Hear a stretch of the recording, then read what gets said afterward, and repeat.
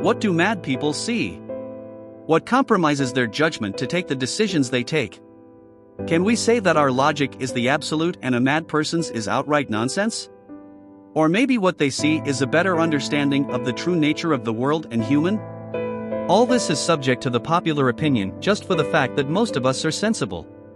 But in all cases, the activities of the brain is what brings the differences in people's behavior. The brain of a person simply tells them what to think. It is sad that we cannot properly define from where and when thought arises, whether we are our thoughts, we control them, or we are controlled by them. In spite of all the control we claim we have. If you look closely, it becomes much obvious that the average human lives a dead life. Take a deep breath and look around. Think about the air, the grounds, the light, and everything around you.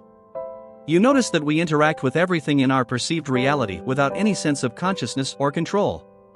It is all a reaction to sequences of events and impulse-driven decision-taking.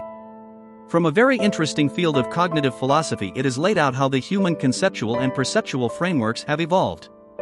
It is generally referred to as cognitive evolution.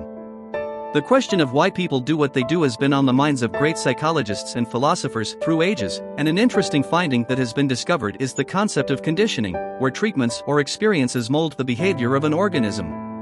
This is primal to all living organisms and has occurred through time to create a general thought and behavioral framework for every class of living thing. And in spite of that, each individual is being unconsciously conditioned by whatever life throws at them. So every person has a behavioral pattern, framework, structure, or a basic language, which is reprogrammable with neuro-linguistic programming. This is part of the reason why mental health issues are difficult to treat, simply because the human faculties are most of the time enslaved to various complexes of reality, without any consciousness. There are ways to personally get to the root of your own brain and make changes on demand. So, how can we do this? Have you ever heard of placebo effect and presupposition? From the grand fields of neuro-linguistic programming, cognitive philosophy, hypnotherapy, and psychology, these concepts stand out when it comes to self-therapy and mental wellness. In some clinical situations, a non-harmful neutral substance is given to a patient instead of an actual drug. In most cases, it proves to significantly work to cure the patient, just for the fact that they were made to believe that it is really what they presume it is.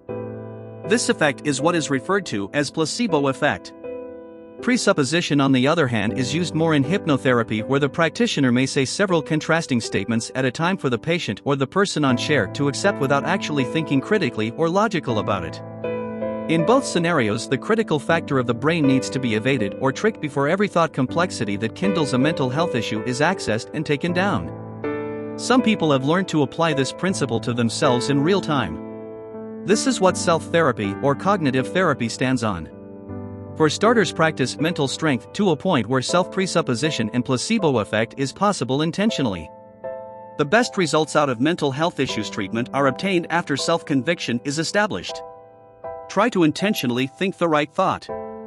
Like how indoctrination work and habits form, everything you continuously do for 21 days will become you.